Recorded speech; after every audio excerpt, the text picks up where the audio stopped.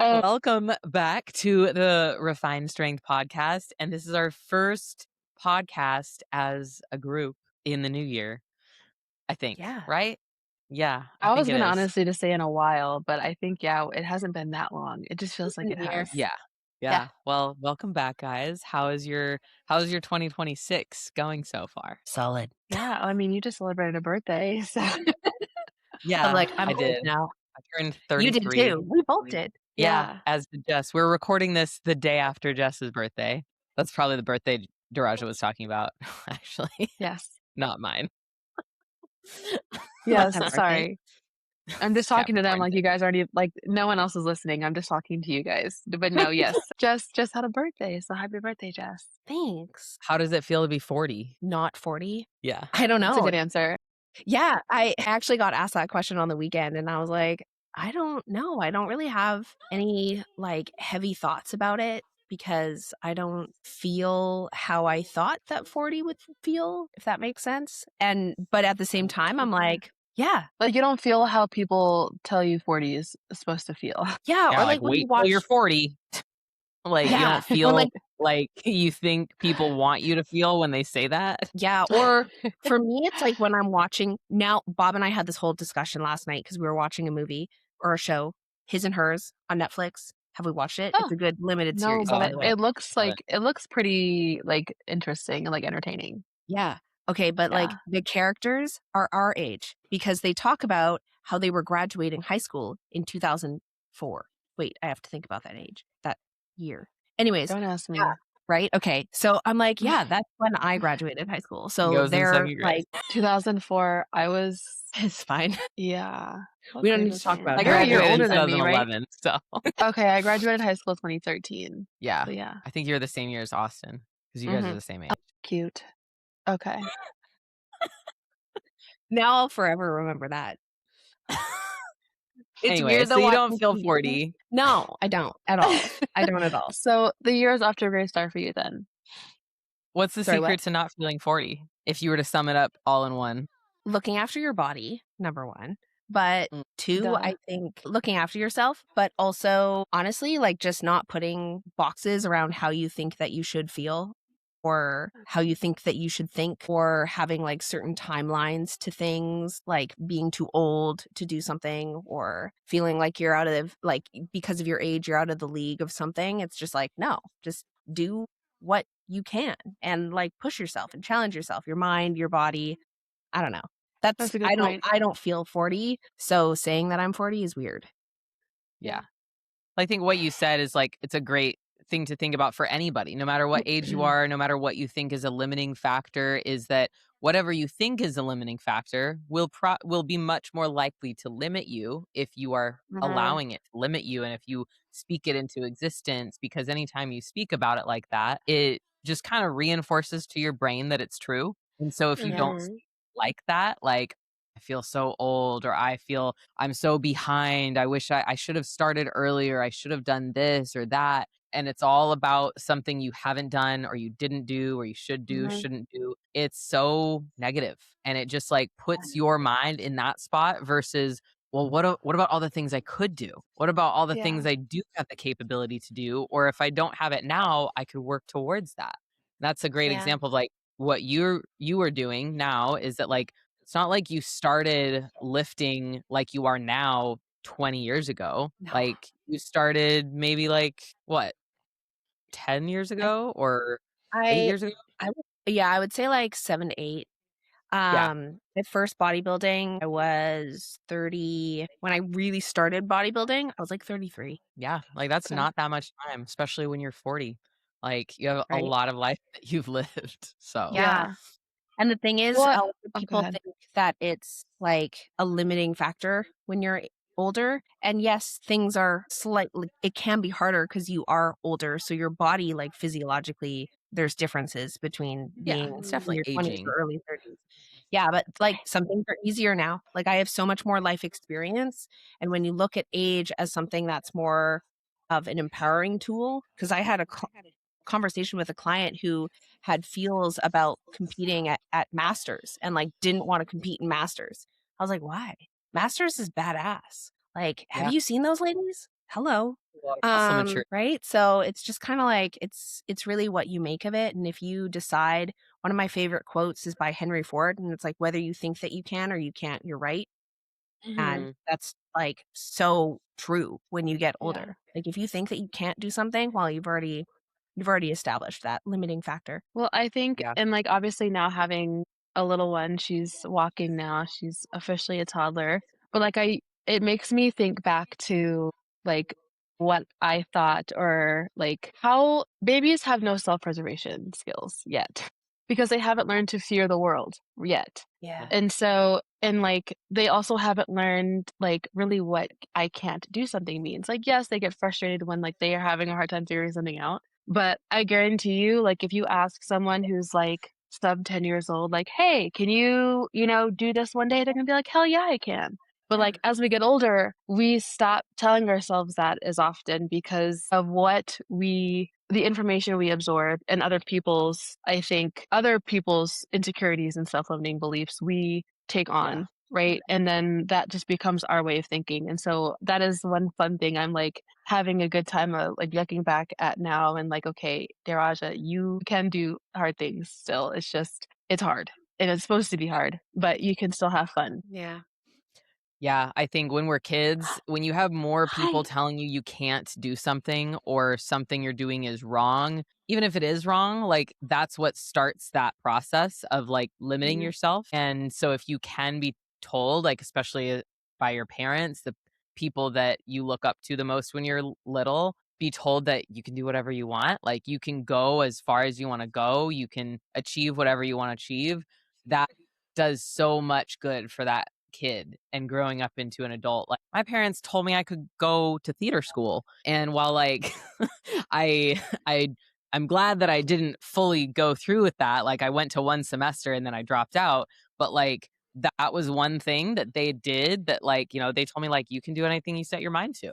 And at the time for most of my life up until like age 21, all I wanted was to be an actor. And so I thought like I'm going to do this and they said that I could, so I should. And then, I learned after that I didn't want to do that, but that was one of those lessons that I did learn that like, oh, I can do anything I want. Like I can be this, I can own a business, I can buy a house or whatever. So it's shifting that mindset into like things you can do instead of only focusing on what you cannot. Yeah. Which is hitting the nail on the head in terms of subject matter for today's Yeah. episode. Yeah. We're going to talk about how to set goals that you can actually achieve.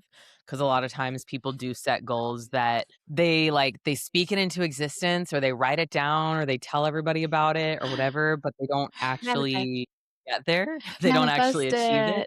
it. Yeah. Yeah. A lot of people join a gym in January or they decide to start looking for a new coach for bodybuilding around this time. And that it's not that it's the wrong thing. Like if you need a new coach, great. If you need a new gym, great. But why do people fail? Why do people not get what they want out of their goal pursuit? It's usually because they didn't set the goal the right way in a way that works for them. So I just wanted Yeah. to talk about like how we as coaches and also as people set goals, and we can kind of start with like what our goals are for this year and what are the ways that Mhm. we think we're actually going to achieve them, and then we can go more Yeah. into just the deep dive about goal setting. So one of Yeah, you I love guys the question start. of like, what's realistic? Like, is it realistic for me to set X, Y, and Z goal? And it always is just like, well, is it? Like you have to, no one really can answer that for you. And I think more often than not, if you do ask for outside opinions, 9 times out of 10, you're gonna be told, probably not. No, that's not really realistic. You should probably aim lower. And it's like, okay, obviously for me, it's an easy one after having a baby. My goal is to get back on stage, but obviously not just to get back on stage. I want to compete and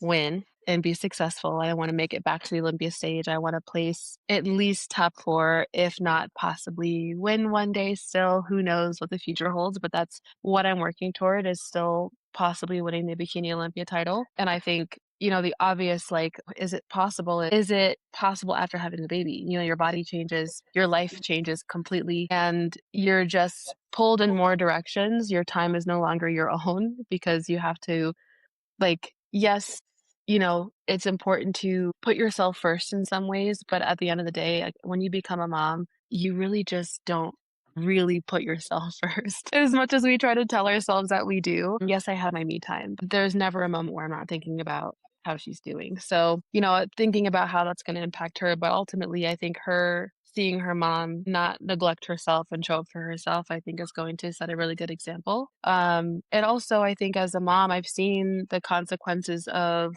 I think, moms who really do, and the time goes so fast after having a baby. Like, I thought time went fast before, but now it's like the days can feel long, but the years are very short. And so much time can go by before you sit and you're like, holy shit, like, what did I do with the last 10 years of my life? Living for everyone else but me. And I think that is something that I really want to avoid and find balance in, and obviously in my own version of that. So I think there's some doubt that I feel for sure. And, when you see your body postpartum, you're like, there's no freaking way. There's no way that's going to happen. And I, of course, look back at my previous, contest prep photos when I was, in contest shape, and I'm like, dude, that is a mountain to climb, Everest, if you will. But I think that I don't want that fear or that doubt to keep me from trying anyway. That's the attitude that I had when I first started competing. And so it's like, well, why would I no longer have that mindset? And of course, it always just helps to have supportive friends and a supportive coach who's like, yes, we got this. And so that, competition wise is a big goal. And of course, I work wise, I do want to continue to build my career as a coach because it's something that I love to do. At first, it was like, okay, how can I just make bodybuilding how can I make my life bodybuilding essentially? And the coaching was like, okay, I can prioritize my competing career and still make a living. But now, it's definitely something that I am really excited to continue to pursue and get better at and grow at as a coach because it's just something that I am very much in love with. So setting some career goals. I know we've all talked about it off camera, and I love the conversations that we have because it always just lights my fire. But I think I also have my doubts and self-limiting beliefs with that because it's like some days I just don't really feel like I can do it all. Some days I feel like work is a side job compared to being a mom. And sometimes that's just the reality of it. And I have to remember that that's okay. And this is also just a season. And whatever I learn in this season, I can carry into the next one to just make myself that much better. So goals for 2026, period. Yeah, I like that. I think it's important with that is like, yeah, it might feel sometimes like it's a side job or that competing is like a hobby or whatever, where it used to be more of like your full-time career.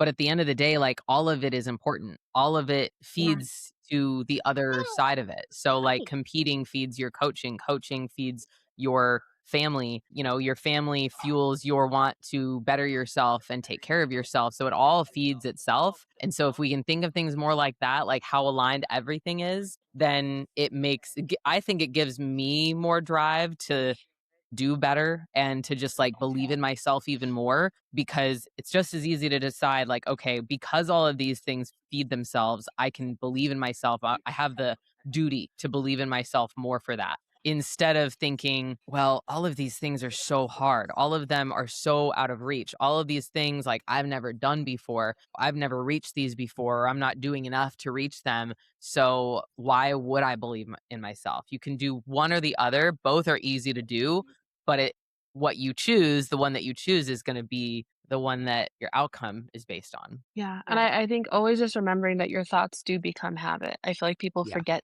that because it's so easy for your thoughts to just lead into the next thought, into the next thought. And I just recently made a post about, meditation and mindfulness and like what it really is, instead of people just assuming, oh, you just empty your mind. No, it's, also learning how to recognize that like your thoughts are meant to be observed. Not every thought is meant to be chased into the end, and spiral. You don't have to spiral on every thought. Yeah. Exactly. Yeah. Yes. Shout out to Azalea, who took her first steps this year. Yeah. Not giving up. Not giving up. Yeah. Good for you, girl. Exactly. Not giving up. Oh my gosh. Jess, It's what are so some of funny your watching her goals? fall down though. Daly is the star of the show right now. Some of my goals for 2026. I am competing again this year, which it feels new again. After not competing for 4 years and then competing, it's driven a lot of momentum for me through 2025 and a lot of life stuff happening in 2025. 2026 is a really exciting year for me. I'm going to be, targeting some national qualifiers. And with that comes some like scariness in terms of new goals and new standards, but things that I feel very confident in hitting only because of how I've executed this last year and a half and feeling like it's time. And I hadn't actually really thought about how I'm also turning 40 this year and then wanting to accomplish those things. But now that I'm like connecting those dots, it's also really exciting for me to do that. And like how you were just saying, how things feed each other, to be not an advocate, but just show a lot of people who are, let's say, older, who are maybe like 35 to 50, that I have clients who are like early 30s, moving into mid 30s, closer to 40, even in 40s, where you can still compete, you can still have a family, you can still progress in terms of career goals. I want to continue to grow my roster and want to continue to build my client base and make sure that what I'm doing as a coach continues to evolve in terms of like educating myself and giving value to my clients and building that whole thing, continuing to be a really integral part of building refined strength and showing up as a leader, but like a mature leader in the space for clients who are a little bit older and feel some type of way about competing, or even just having normal life goals. So yeah, I mean, that's nothing super clear cut, but I do have like specific placings. I definitely want to win my classes and for sure come like top call out, first call out to some national shows. So yeah, we'll see how You can things say kind that of you want to turn. get a pro card. You can say those words, You I know that, know right? what you're doing. Yeah, tell her, Rachel, because I do the Like, same thing. Raja said she wants to win the fucking Olympia. Like, you can say that you want a pro card. You know how hard I'm gonna it win was my for me pro to card. actually get that out of my mouth? Like, I'm like, I want to win the Olympia. I might have been sitting here being like, nice. Like, how How do ridiculous I does that say this in sound? so many ways without actually saying it? Stop beating Yeah. around the bush. So yeah, Yeah. I want to win my pro card. And yeah, we'll see. We also have a lot of travel that I want to do this year, but I'm going to, a lot of the year is also in prep. So that's, I guess it's not really a new challenge. Like I feel really fine and focused and good with that. So yeah, that's what's happening. Oh, and I want to go to more shows this year, like Yeah. as a coach. For sure. Yeah. Yeah. I kind of similar goals. This is my first season after, again, that kind of new feeling season.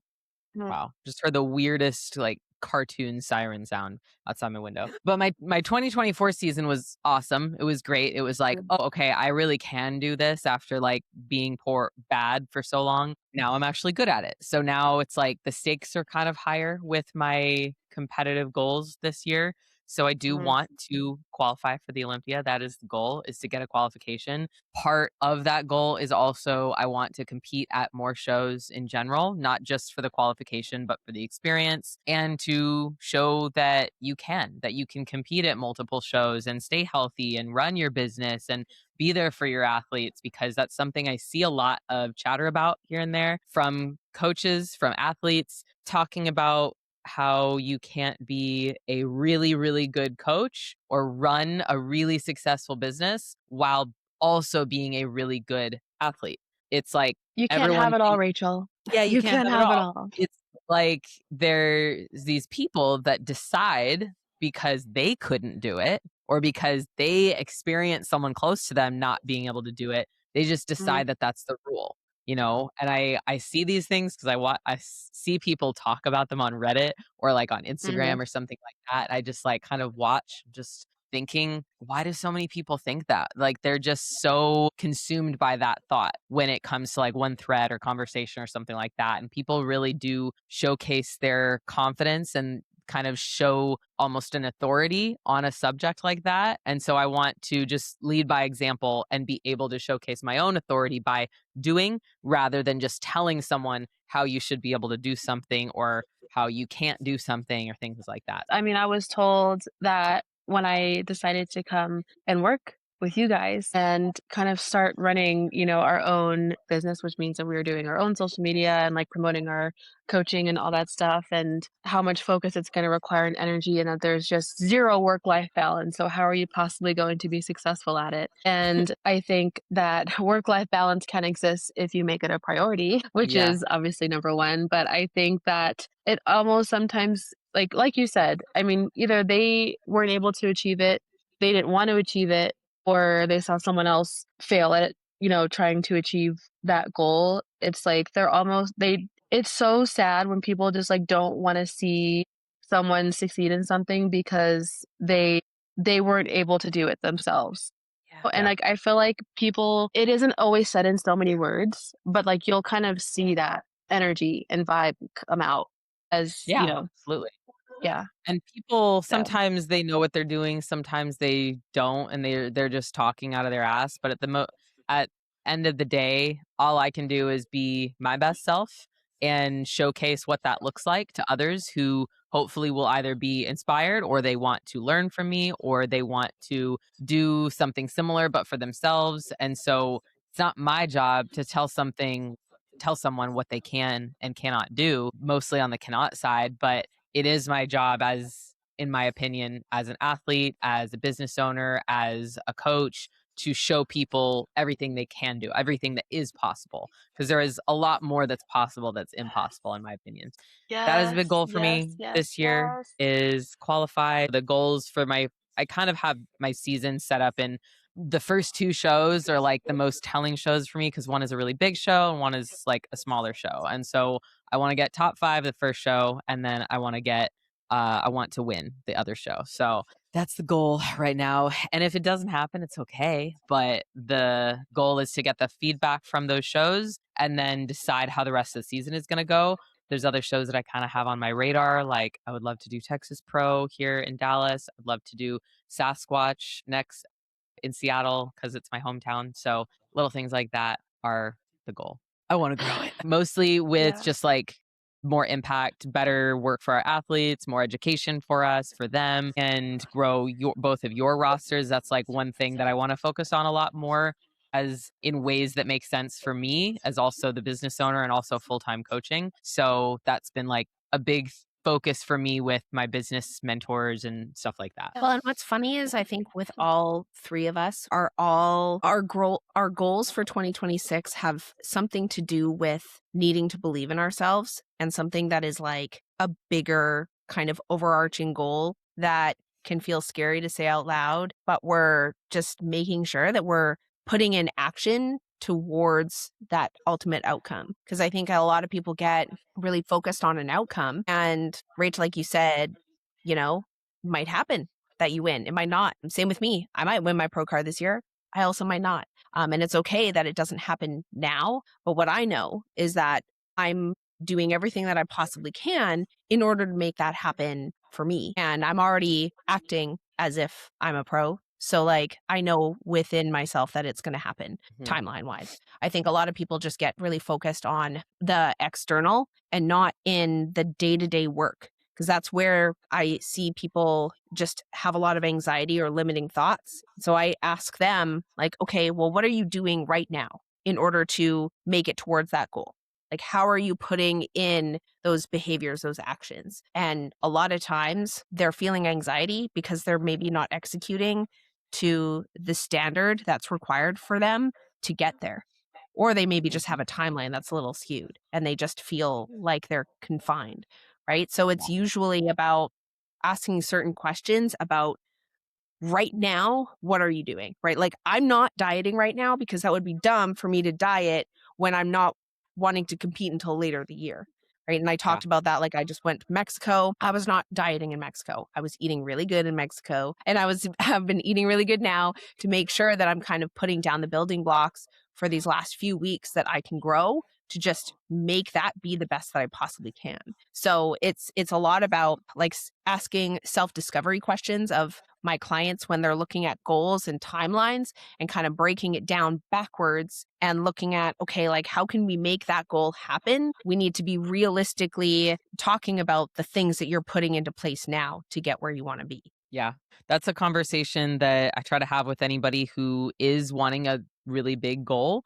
Is we look at what the goal looks like, and then we have to reverse engineer from there. Like, all right, well, you're gonna want, like, say the goal is to compete by the end of this year or next year or whatever. So you need like probably a 20-week prep at least, right? Especially if you've never prepped before, maybe a little bit longer, or if you've never prepped with that coach before and they don't know your body, they don't know how you prep. Budget 20 to 24 weeks of prep. So a lot of people that are reaching out now about coaching who want to compete in the summer or the like, that's already like, all right, well, have to start prep tomorrow. Do you Well, know how to practice? well, now we need to start. Do you know, like, does Oh, your training suck man. or is your training on point? Like, we don't know anything about that. And wouldn't you want your coach to really know your body really well before going into something as pressurized as a prep? You would. So I like to reverse engineer it from there because then people start to understand, like, oh, yeah, there is a lot more to it than just setting a show date. When you start to want to bodybuild, you should decide, I want to bodybuild, I want to do a show, not just choose the show, choose the coach who will help you drive yourself to that show with the Mhm. proper protocols, with the proper timelines, not rushing the process and stuff like that. And I know we've all had those conversations. But so like mapping out a timeline really helps, or sometimes reassessing a timeline. So if I've been working with someone for a long time, like I had a client recently who last week asked about prep timelines and what do I think? And I gave her kind of a couple different options. I said, I think you could, if you wanted to compete this year, we totally could. We would basically start prep probably closer to like end of springtime so that we could be ready for, she wants to do a natural pro qualifier. So the goal would have been, a show before the Ben Weeder, which is at the end of the year in November. And that would be the timeline because so we have the goal. This is what the timeline would look like. And then this is an alternative timeline. So she ended up actually going for the further timeline because she wanted to be able to have more chances to compete, i.e., do the Pittsburgh natural show next year in 2027, and then have Yeah. other national shows right afterwards if needed. And that way, she was also really excited about the ability to grow more. Because if you can grow more, then you're just stacking up votes and you're stacking up probability for you to be able to win. So that was what we decided. And then this week she checked, she's like, I feel like now we have a timeline. I feel just like powerful. I was like, good. Like the fact that you feel powerful having a whole extra like 6+ months of off season is amazing. Like that's what I wish everybody would have. But a lot of people Yeah. And I think think what your off shows season equals scary. Yeah, but that shows so much maturity because, like, Mhm. as an athlete, it shows maturity as an athlete, like, in your mental space because when people hear off season or extending our off season and we don't get to cut when we wanted to, and, like, they get bummed out or they get disappointed, and it's like you're not thinking anymore about the long term, like, what was the goal that we actually set? You're Yeah. just focused on how you feel right now and what you think you need to kind of fix that, but also just seeing the value in more time to grow. Hmm. Because I know I have, and I know there's one client that said this recently in a check-in, but I see it all the time in my clients and honestly all of our clients is that energy that we have in bodybuilding, that focus and that discipline, it doesn't just disappear after a contest prep is done and we transition into reverse and now we're in an off season. What I love seeing so much is how they use that energy in other ways, whether it be diving into a hobby or now they're just being even more badass at work. They're getting a promotion. They're crushing it in school. It's like those are all things that people forget about when you're not dieting. Now you have all the energy to use on just being freaking amazing at everything else that you're doing. Yeah. And when you're thinking about making a prep be successful, you're wanting to make sure that you already have all of those variables just like effortless because Yeah. a prep is already going to be stacking stress on top of you in terms of like your time management, your organization, you have more things to do, you have cardio, you have posing. Now you don't get as much food and energy and fuel. You're probably lacking in some recovery some ways. And so an off season is also a really important time to lock in your plan and make things really easy for yourself. Figure out what kind of foods you like, figure out that meal timing, figure out, digestion. yeah, Recovery. like it's just an off season is more than just like building muscle or like kicking ass in other ways. Like, yes, it is. It's that as well. But if you really want to make sure that your prep is the best that it possibly can be, you need to be able to be managing your job, your food, your mindset, your like training and how you train, like refining your training, recalibrating, making sure that you're actually pushing and being able to bring the intensity that's required for your division to put down that tissue. It shouldn't be really a stressful time as a bodybuilder. The majority of our time as a bodybuilder is actually, or should be, built in an off-season improvement season, like surplus place. That's where we get to actually put down the building blocks for how we're going to make a prep successful or not successful. And so when you're like also looking at goals and maybe it's a longer timeline, like Rachel, your client who wants to do that timeline that's longer, it's kind of like, great, now I have more time to make sure I can like hit all of these different variables and figure out, certain things about that was limiting from my last prep, especially if it's like a reoccurring, like you've competed before. Like think about the things that you maybe did well in previous preps and think about the things that you need to make sure that you do better. And it's not just in improving your physique, it's in improving your stress and your recovery. And maybe it's like your relationship with other people and how you treated other people in past preps, like those kind of things, because that does move the needle and that does matter when you're trying to make goals happen and have like joy in that process. That really does matter. So I don't know. Yeah, I agree. You have to think about goals as something, not a destination that I'm trying to get to, because if you think about it like that, you're not going to always actually, like, once you get there, it might not be that great. It might not be something that you're actually like that proud of if you were only focusing on the end goal and the end goal bringing you this sense of accomplishment or happiness or status, because most end goals, like even winning a show, winning your pro card, winning an Olympia or winning a pro show or whatever, like it's an amazing feeling and you're going to be riding that high, but eventually the high is going to come back down. Eventually you're going to go back home and you're going to have your baby throw up. You're going to have, your dogs be annoying and like life is going to be there back from that. Yeah, you have to get back to work. And same thing with like from a competitive lens, like whatever you do, however you place, you're going to have to get back to work. And so that's where I see a lot of people kind of fall off and really lose themselves after a show, is when they didn't do enough of that thoughtfulness throughout the prep, throughout the off season, because they were so focused on just getting to the prep. They didn't think about what came afterwards. They were focusing on the end goal, the outcome, not as much the inputs, and like living like a person who wins and also recovers well after she wins, and recovers after the loss as well. Yeah, I think that post-show blues is a lot more intense for people who lose sight of that.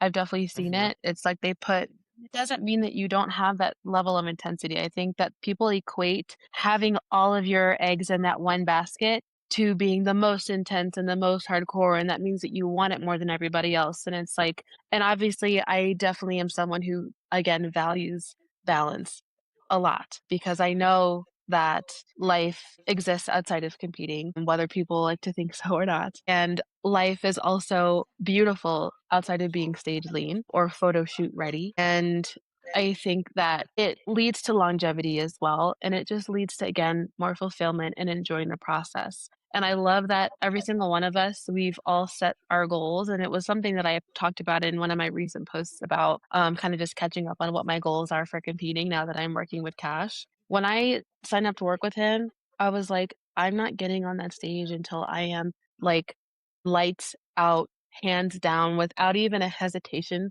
of a thought, better than I was when I left. That's what I want to see. And if we're not seeing that, then I'm not getting on stage. So that doesn't mean that I'm not still putting forth the same energy and effort as if that should be tomorrow. It just means that I am not going to add that unnecessary stress to creating something that's going to be worth the wait, essentially. Yeah. Yeah, I think a lot of goals we set or people worry about the goals they set and they might not reach them because they're either way too far away, like you haven't even proven to yourself that you can get halfway there. So maybe you should start a little bit smaller. Like someone who's never competed before saying, I want to get to the Olympiad one day.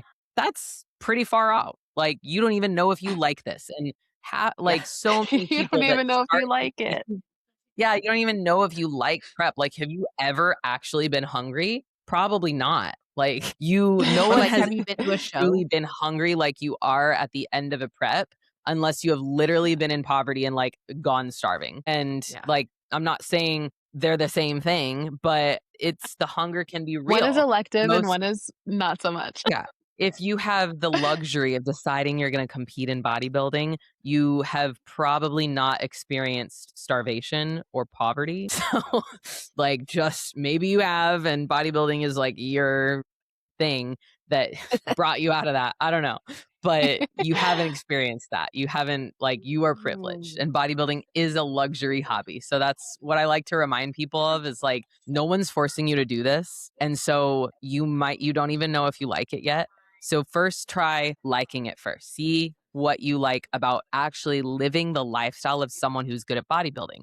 That doesn't mean competing tomorrow or next month or 6 months from now. That just means living like a bodybuilder, tracking your food, being diligent, being structured, having balance, but also just like doing everything you need to do. Because checking boxes like that, having all of these inputs that you've never had before, maybe you've never been like super strict about, that can be hard for a lot of people that are new or people who have never been asked to have that level of accountability from their coach. Maybe your coach only ever asked for your weight every week, and that was all the data they asked for. Nothing inherently wrong about that, but it does take a different level of person to be able to truly live like a bodybuilder and track all the data and like really give it your all to produce an incredible result. So going back to the intensity of the goal, you have to think about, all right, I want to say I just want to go as far as I can in the sport. So let's start with the first prep. Start with the first off season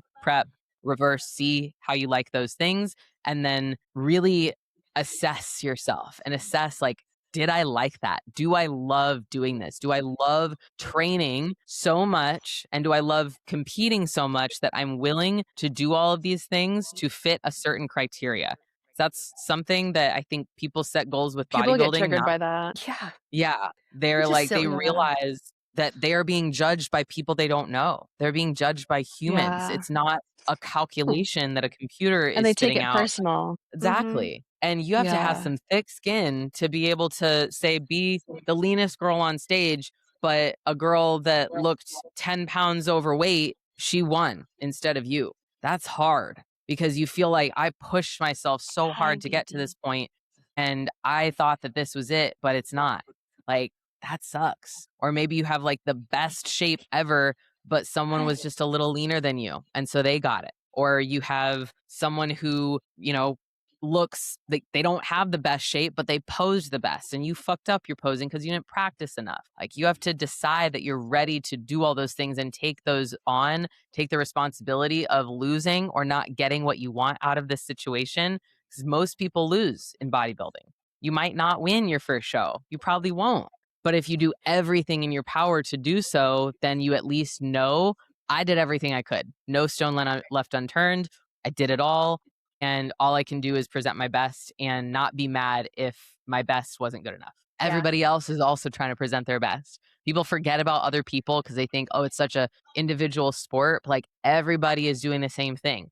Not everyone is doing it to the same intensity as you, but that means that you might have people working less hard as you, and also people that are working way harder than you can even imagine because you're just not there yet. It's funny to me, and it's not, but it is. I've really only ever done judged sports. Like, I've competed Yeah. Synchronized swimming, it's judged. Like it's fully like, yes, there's a criteria, but like a big part of that criteria is artistic impression and how you move and build a Very routine surrounding music. And it's like, It's pretty subjective. did the judges like it and how they moved? It's like Mhm. bodybuilding, especially in bikini and especially at Fit Model. Are you pretty? Are you walking? I mean, I'm telling it like it is, guys. Are you pretty? Are you presenting yourself with poise? Do you look confident and put together? And sometimes you just don't. Or somebody's doing it, but different. And the judges like that more, right? And you're gonna see it at Fit Model. That's literally like, did they like her hair and her complexion and the way that her suit fit her body better? Yes, then she's gonna win. So it's really hard when you put so much into a goal that is an outcome-based goal and like that's it. When you are entering a judged sport, you have to understand, like you said, with the criteria, some people's genetics are going to be better than yours, especially when you're in a division that is like a shape situation. You know, some people's just like body parts are going to look certain ways when you get leaner. And yes, we do things that we can do with posing and peaking and training and all of that. But when you have a goal in a sport that is just a judged sport and you're going into a very kind of gray area of division, maybe more like bikini or Fit Model that is more just like presentation. Yeah, there's a criteria, but there's a lot of like navigating that's going on at Fit Model for sure. You have to just like understand that sometimes people are going to do better than you based on certain things and based on who shows up. And like you said, Rach, if you've done everything that you can in order to get that outcome, then yeah, you can be disappointed. Like I was disappointed when I didn't win all of my classes. I didn't win an open at the Texas show that I did, but that's because the girl who beat me had much better glutes than me. I was like, hey, good for her. You know, like I looked great and I peaked, like it was fantastic. I was so excited about my presentation and what I brought to stage. So there's no way that I can be disappointed in myself. I'm disappointed that I didn't get it, but clearly I just wasn't there yet. So what did I do? I made sure that I nailed my reverse diet and I made sure that I refined my training and my glutes are crazy now. So we're just, that's just how it is, you know? So you have to have an outcome. And I think an outcome based goal is great. And working back from it and having realistic timelines and things like that is also really important. But when you're kind of diving into bodybuilding, you have to understand that a lot of it just comes down to you and building up your personal development and your experience and process through working towards that certain goal. And that should be a really exciting thing for you. And if it's not, then maybe you need to reevaluate your goals, you know? Yeah, or just evaluate the timeline because I think when it feels you get into the act of or the process of bodybuilding and you're like, wow, this is a lot of stuff I didn't expect, or I clearly have some more work to do than I thought, whether it's on your muscle or your mindset or your habits, lifestyle behaviors, things like that. It's okay to like decide, okay, at first I thought that I was going to do it at this point, but now I realize like I do have more work to do so that I can be more successful, but I can also be healthy and do this the right way in a way that's going to make me proud, not only at the end, but in the process. And so I think bodybuilding, while it is designed to have that carrot at the end where it's the show and it's the trophy, we need to set process-based goals versus end outcome based goals. And so a process based goal is like, I want to know that like I can like win every day. I can build my progressive overload with my training. I can just have this as close to a linear progression as possible in all of my areas and allow my coach to see how I'm working and say, hey, you're ready. Instead of constantly asking, hey, am I ready? Am I ready? Am I ready? Like, let your coach decide that because that's their job.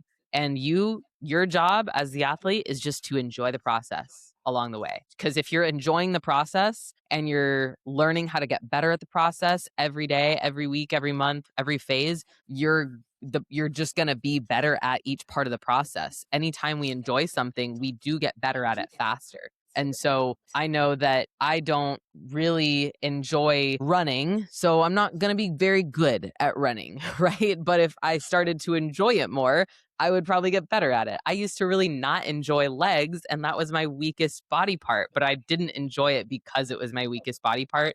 And both of those kind of negative feelings fed each other. But now I really enjoy it. And now they're much more balanced. They are something I'm proud of. I can still grow them. I still need to grow them, but I look at that as an exciting thing. And it's a process that, like, even if I wasn't competing, would I be doing this? And my answer is yes. I would still be training. I would still be training hard and doing everything that I'm doing, just maybe at a maybe different intensity level, but I'd still be doing it. And so that's why I like people to ask themselves when they're unsure about if bodybuilding is right for them. Think about how much you love the actual things that bodybuilding requires, like training, eating, and like taking care of yourself and stuff like that. Because someone who really enjoys drinking a lot, they're not going to be a good bodybuilder. They're just not. No. Or if you don't like training hard. Yeah, exactly. If you don't love pushing yourself and getting uncomfortable with training and making ugly faces and seeing your fat like push out against your belt or your leggings or something, like if you don't love that, you're not going to be good. Like it's just it's not going to ever happen to the point where you're going to reach crazy achievement. Or even just the feeling of pushing yourself past the, like you said, discomfort. But like people saw, I didn't know this because, again, something I take for granted as just one growing up as an athlete. I was just, you learn how to push past discomfort from an early age. But like there are people who think that training with intensity is just like, I felt a burn, so then I stopped because they don't want to get too big, you know? And it's like, you have to, hopefully you can work with a coach that can teach you how to unlearn some of that.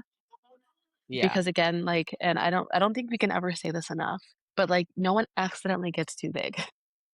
Nope. Trust me, So I like know. it takes a lot of intention and time and patience to do that. But like if you simply just can't even ask more of yourself in that realm, or if it's too much to ask to track your training or check in on time, check in consistently. That's definitely true. The I saw this girl the other day at the gym, and she went to the hip thrust machine, and it's like the booty builder hip thrust machine. It's not a super heavy machine by itself. It's literally just like the machine. And she puts a 10 and a 5 on each side. And that's it. And she doesn't look super fit. She looks just kind of like general population woman. Like she looked kind of confused as to like how the machine works, but she figured it out eventually, put the weight on, and then started doing her set. And then after about 10 reps, she took the 5s off and then rested and did another set with the 10s. And granted, like she hasn't been taught, she obviously doesn't have a coach, she doesn't have someone telling her to push harder, but just the fact that most people don't automatically think to push themselves harder instead of making it just easier, not even that much easier, you're not going to feel that much of a difference between 5 and 10 pounds, right? Especially on something as large of a muscle group as glutes. But yeah, it was just like made me think of that. And I'm not someone who really likes to just like come up to people and be like, hey, you should train harder, because it's just like not my vibe at the gym, but I'll help people if they want. But my reason in telling that story is that most people don't think they should push themselves. Most people will do a set of an exercise they've never done before. Oh, I can feel myself doing it, and then think that that's enough and that they should back off from there. 2 sets, all right, I'm done. Now I'm going to go to another machine that I've never done before. Instead of like asking for help, direction, like looking at what other people are doing, hiring a trainer at a gym to just learn more equipment and see yourself doing things. I've had so many people that were more beginners that, you know, they pick up one weight, they send me a video and I say like, you can definitely do double that. And they do it and they're like, wow, crazy. I can do double it. In fact, then I'm going to increase it even more after that. Like people really don't even know their own weakness or their own strength. Yeah. And that's I think why people set goals. They also set goals way too small. They set goals like, oh, I just want to lose 10 pounds, or I just want to, like, you know, as a competitor, I just want to place top 10 or get my first call out. It's like, no, you can say that you want to win, but then you have to back that up with the things that that winner would actually do. Yeah. And you know what? Like, it's okay if you're listening to this and you're going, "Well, I don't think I want to train like that intense." And that's okay. That's okay. But then Then if you have a just don't picture be a of your bodybuilder. goals body and that goals body is Mhm. really muscular, even if they just look toned to you, then like, guess what? You're never going to get there if you Yeah. really don't like to do that. You're going to have to learn to like it, which is also okay. You can learn to like it, just like we've learned to like things that we didn't like before. Mm-hmm.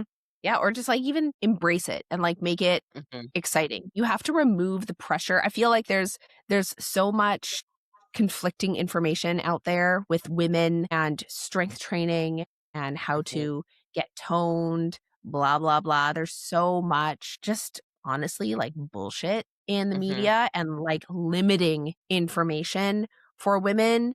And the thing that I just really drive home with my clients is like, how badass is it that you are strong and that you can go and do these things outside of the gym and trust your body, or not even just trust your body, just know that you're going to be able to pick up your kid and it not hurt and get out of bed and run after them and be on the ground and then get up and then do these things and not have to worry about your back hurting or your knee hurting or not being able to do XYZ. Like, isn't that great? And so yes, we're talking about bodybuilding, but like strength training is such a important component of that. And actually pushing yourself and seeing what you're really capable of is just it's so transferable to so many things in your life. It transfers to how you show up for your job and how you show up for your family and relationships and how you show up for yourself in different areas. I have clients who have like made big career advancements or advocated for themselves at their job to like get a promotion. But because in the gym, they're hitting new PRs, they're building this trust with themselves. And so they're able to do all of these other things because at the end of the day, when they're in the gym, they're like putting that kind of scary goal out there in terms of like weight on the bar or having to hit a PR or getting really uncomfortable and then sitting in it and being like, all right, Jess said I had to do this top set, but I have to add 5 pounds this time and I still have to hit the same amount of reps. Okay, I'm going to do it. And then you do it and you're like, shit, that was okay. I didn't die. Yeah, There definitely. you go. When you see That's like cool. just yourself push through those limiting beliefs, it really does put it into perspective that you kid yourself a lot on what you think you can achieve versus what you can actually achieve. And that's something that like people will not always think about. They just think about what they've done before.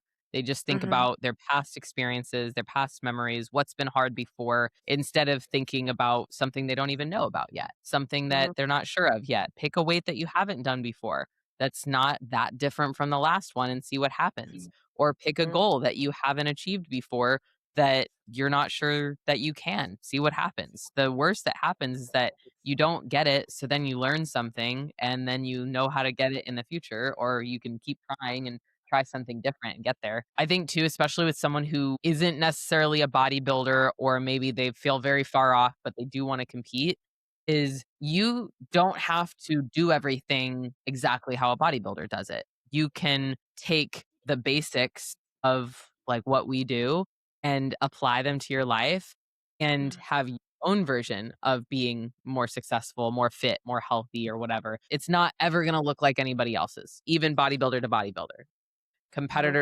to competitor within one division. Is like nothing you do is ever going to make you look like him or her, because you're you and you're going to do things for you, and your body is going to change how from where it's starting to where it's going. So being, I think that's a big reason, another one why people don't reach their goals, is they get so caught up in the comparison game and they let that comparison game hold them back from a doing their best work, but also from setting goals that they don't know if are realistic, because they're just comparing, like an amateur comparing themselves to a pro. Oh, I don't know how I could ever look like that. Well, you don't have to. We just need to get to the first step and look like Yeah. a good amateur competitor.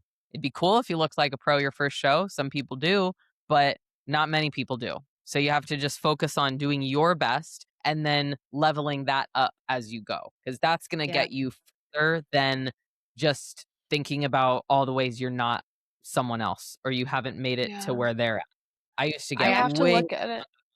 than I do now by just like looking at other people and being like, dang, why am I not there yet? What's wrong with Mhm. me? Like, I'll probably never get there because I'm not her. I don't have her genetics or her background or her whatever. And now I just focus on me and I'm more successful than I ever was when I was thinking like, Yeah. I spoke to a few of my clients this past week with the announcement of some bikini pros moving to Fit Model. yes, And Yeah. I spoke to some of them because they're competing in bikini or want to and have and are progressing in bikini and, feel some type of way about that and feel scared, feel like it's limiting. And they're like, well, how am I supposed to live up to that right now? And a lot of that is like just operating in fear, right? When you look at the comparison game and you are focused externally, you're now operating in a place of fear. You're not operating in a place of alignment with yourself and what you can do best. And the other thing is I reminded them exactly like what you said, Rach, they're pros. We're IFBB, where you are at, client, you're wanting to win a class at your amateur show.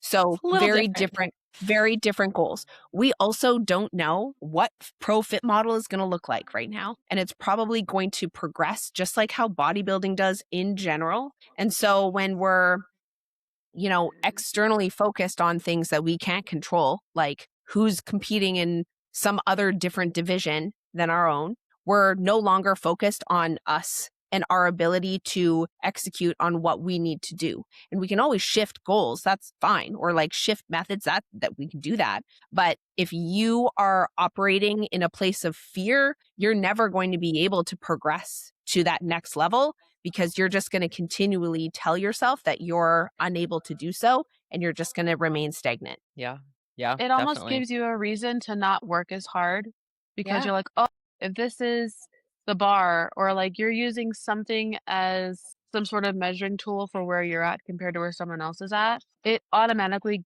like, you might not even realize you're doing it, but you're probably going to go to the gym. You're probably not going to work as hard.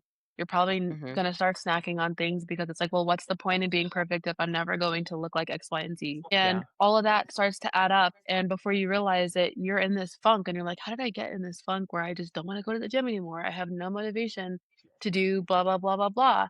And it's like, well, if I kind of think back to where this started, you almost kind of, you have to do some of that reflection, of course. And again, that's where that kind of maturity comes in when you are pursuing any sort of goal, not even obviously just fitness, but obviously we're going to talk about bodybuilding because this is what we do. But and I obviously also used to run track. So I'm like, okay, I like this comparison because it's an easy visual for people. But if I'm running a race, I'm sprinting the 100-meter dash and I know my times, right? I've practiced. I know, ideally, like, well, this is what I'm shooting for 12, whatever, 14, whatever, which is pretty fast. But if I keep looking to the side to see where my opponents are, it's going to slow me down significantly. But if I'm just Hmm. focused on my lane, staying in my lane and running from start to finish, I could hit a PR. I could set a record, right? But like you lose that if you keep looking side to side. It's sometimes nice to have examples of like where the bar can be set, but you don't want that to lead to you like just eventually forever doubting yourself because you just think that, oh, I'll never look like that. You're never going to make yourself mold into somebody else. It's just not Yeah. humanly possible. So just stop trying that and enjoy just being the best version of you. Set your goals, have fun chasing them.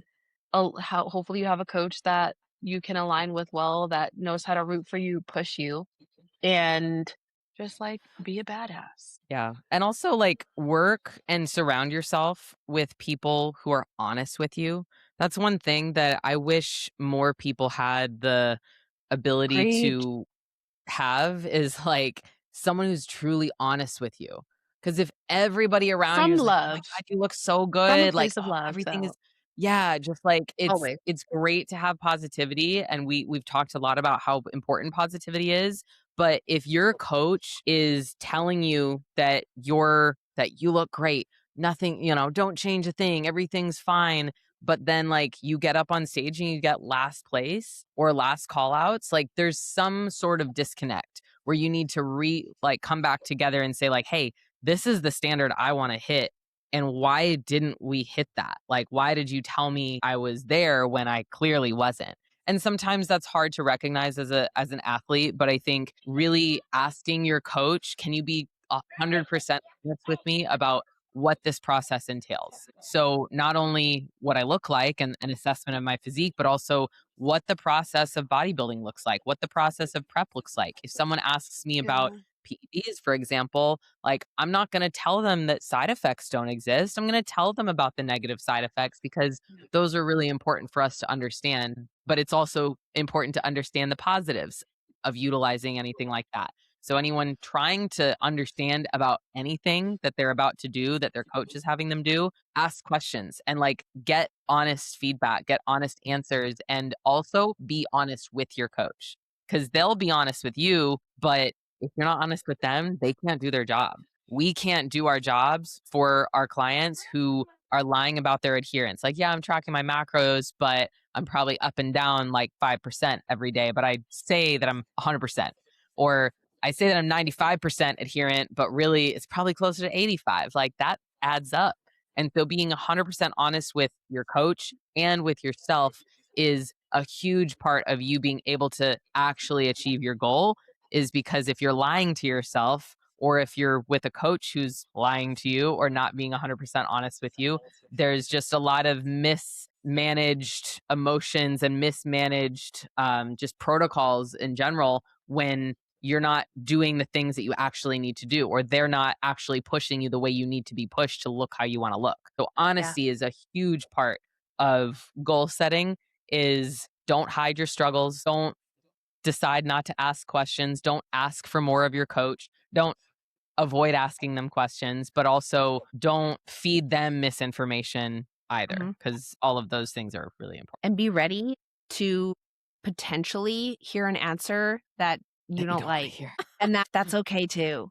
Right? Yeah. Like I've definitely been there where I wish that I had received more feedback from a previous coach. I would have loved to be told where I was realistically, in the past, because that would have actually saved me from some heartache, I guess, as a competitor, right? Yeah. Or just even understanding my own self in the competitive space as an athlete.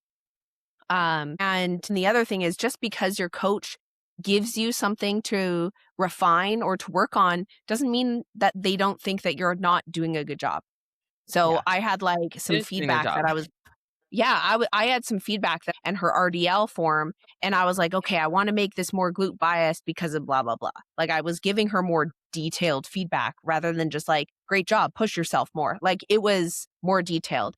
And her response was something along like, "Oh, I'm so disappointed. I thought that I was doing these well." I didn't say that you weren't doing them well. I'm actually giving you like more higher level feedback because you're doing it well. But Like, you also wanted congratulations, you graduated. yeah. And that's Yeah. kind of what I said. I was like, great job. You now get more higher level critiques from me, but you also want to go pro. And so if that's your goal, my feedback to you is going to need to be more higher level. If I'm just telling you to push yourself harder, that's a problem, right? Well, So the thing about training too is like the more you do get obviously progressive overload, the more weight you're lifting, you need to be paying attention to your form. There's no like point in your training journey where you're like, okay, cool, I can just stop checking my form. It's like, no, if you're trying to get stronger, adding weight to the bar, and you're not paying attention to your form, you're for sure getting hurt. Like that's Yeah. just it's a given. Like you need to Yeah. be I still film my top sets because one, I want to see if my form is trash or if I'm breaking, if my core engagement is not where it needs to be, if I'm working the muscles that I want to be working. There's always something to tweak and improve on for next time. So yeah, just my little tangent or spiral, I guess, about training. But like, yeah, you should still be striving to improve your form. Yeah. Well, I know we are almost out of time, but thank you guys for being on the podcast. And thank you, everyone listening, for listening to our first squad cast of the year. Of the year. If you have other subjects that you want us to talk about as a group or anything, just let me know. Let us know. DM us. Comment on YouTube. Yes. Please like and subscribe as well. Like that really helps the podcast grow, and it helps us just be able to pour more into it, into equipment, into guests, into just like putting it out there. So thank you guys 5 for stars only, subscribing, though. following, 5 and what? stars. 5 What? stars stars only, though. only. 5 stars. I mean, if it's 4 stars, you can give us that, but like I'm always open to feedback on how to make it better for sure. Kidding. Yes. Rachel's like, and we were just talking about. Yeah. So thank you guys for being here. And yeah, we're looking forward to everyone who listens setting some actually achievable goals this year. So Hell if yeah. you need help, as you know, let us know. We love to help people reach their goals. That we do. Bye. Bye. Thank you. Bye.